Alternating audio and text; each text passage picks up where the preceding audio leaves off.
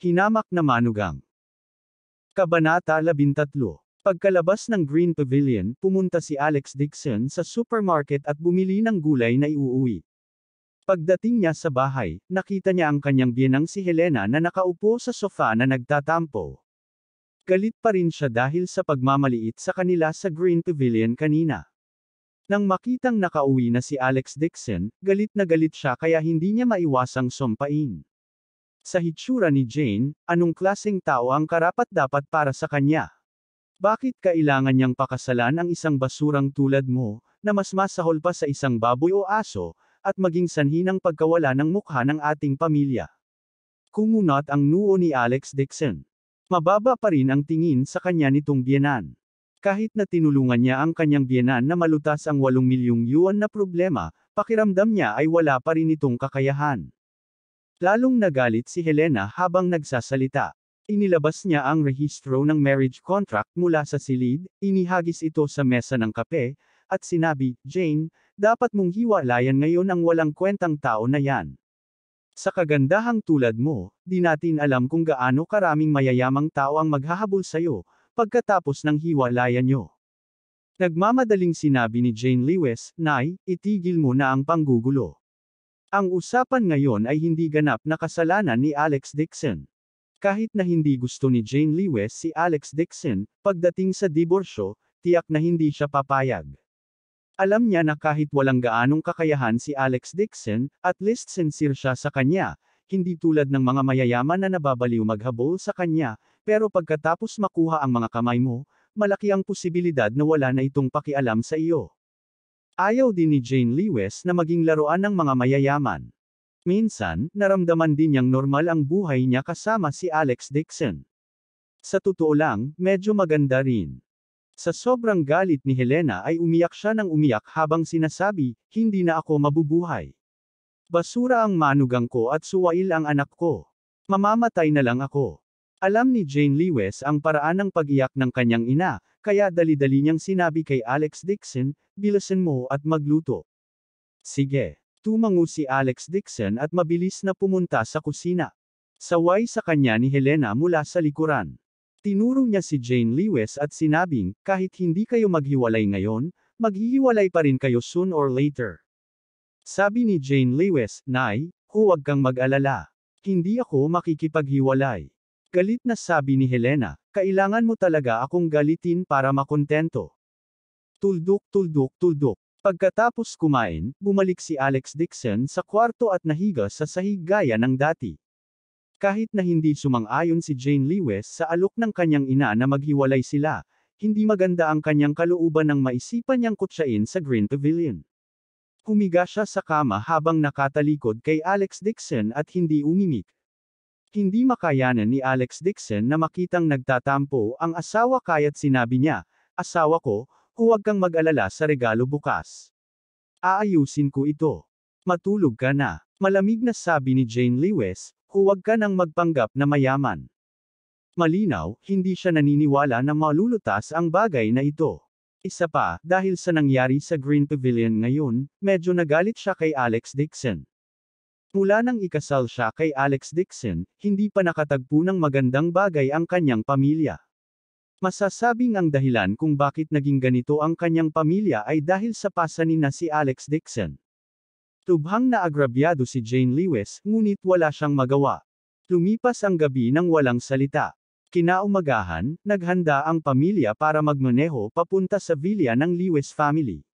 Ang engagement bouquet ngayon ay gaganapin sa Lewis family villa.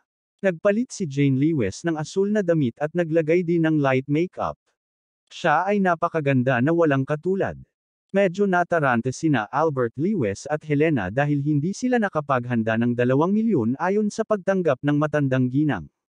Sa sandaling pumasok ang pamilya sa looban, napagtanto ni Alex Dixon na may mali. Pinagtitinginan siya ng mga kamag-anak niya. 4 sa kanila ay nakatingin sa kanya na para bang nanunood ng joke. Walang pakialam si Alex Dixon. Sa 3 taon na ito, nasanay na siya sa ganitong hitsura. Napabuntong hininga si Jane Lewis sa kanyang puso. Medyo nakaramdam siya ng hindi komportable sa kanyang puso, kaya gumawa siya ng dahilan para pumunta sa banyo. Paglabas niya ng banyo, nakita niyang naghihintay pa rin si Alex Dixon sa kanya. Hindi niya ito kinausap at naglakad pasulong na nakayuko ang ulo. Bago pa man siya makalakad papunta sa sala, may narinig siyang hiyawan mula sa malayo. Ang tunog ay halos kapareho ng kanyang ina, si Helena. Nabalisa ang puso ni Jane Lewis at mabilis siyang tumakbo pasulong. Sumunod din si Alex Dixon sa likod. Pagtakbo pa lang niya sa sala, narinig ni Jane Lewis na galit si Old Lady Lewis, basura, basura ang pamilya mo. Walang kwenta kayong magulang, puro basura ang mga anak mo, lalo na ang manugang mo, na si Alex Dixon. Kung hindi ka magnenegosyo ng maayos, pwede kang tumambay na lang araw-araw. Hindi ko talaga alam kung anong silbi ng pamilya mo sa Lewis family na ito. Lumuhod si Helena sa sahig at sinipa siya ni Old Lady Lewis sa sahig. Hindi lang may mga bakas ng paa sa dibdib, may marka rin na pulang sampal sa mukha. Parang ngayon lang siya sinampal ni Old Lady Lewis. Sa totoo lang, laging mababa ang tingin ni Old Lady Lewis kay Albert Lewis, ang anak na ito, kaya mas lalo pa niyang minamaliit si Helena, itong manugang na babae.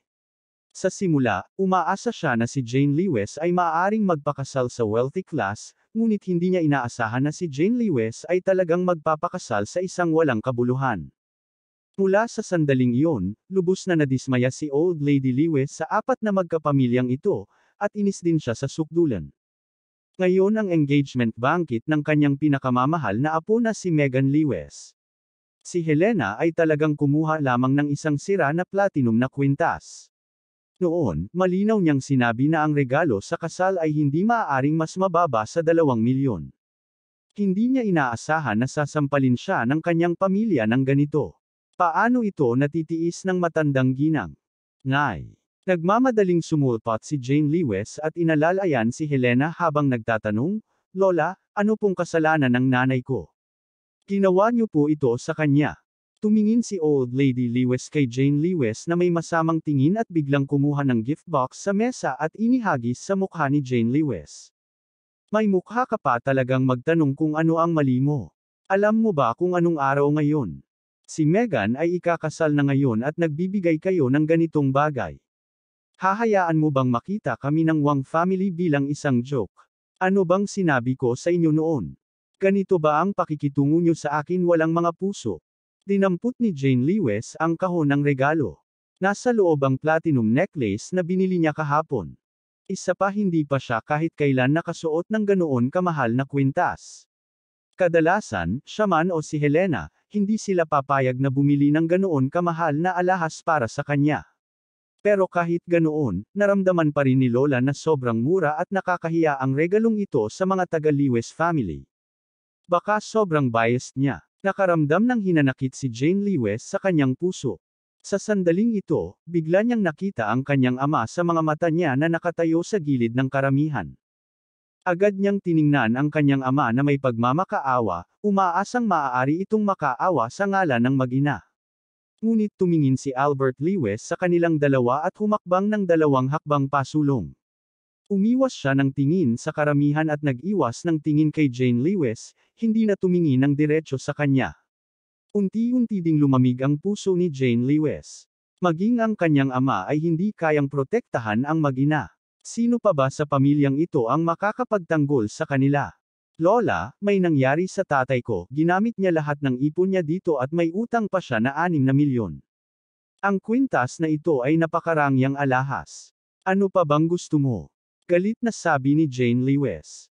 Nang marinig ito ni Old Lady Lewis, namula agad ang mukha niya sa galit. Kinuha niya ang tasa at ibinato sa kanilang dalawa.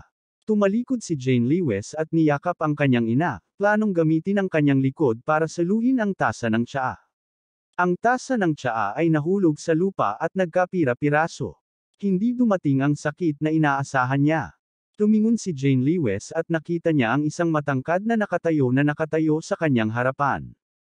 Tila hindi naramdaman ni Alex Dixon ang kumukulong init at sakit na nagmumula sa kanyang likod.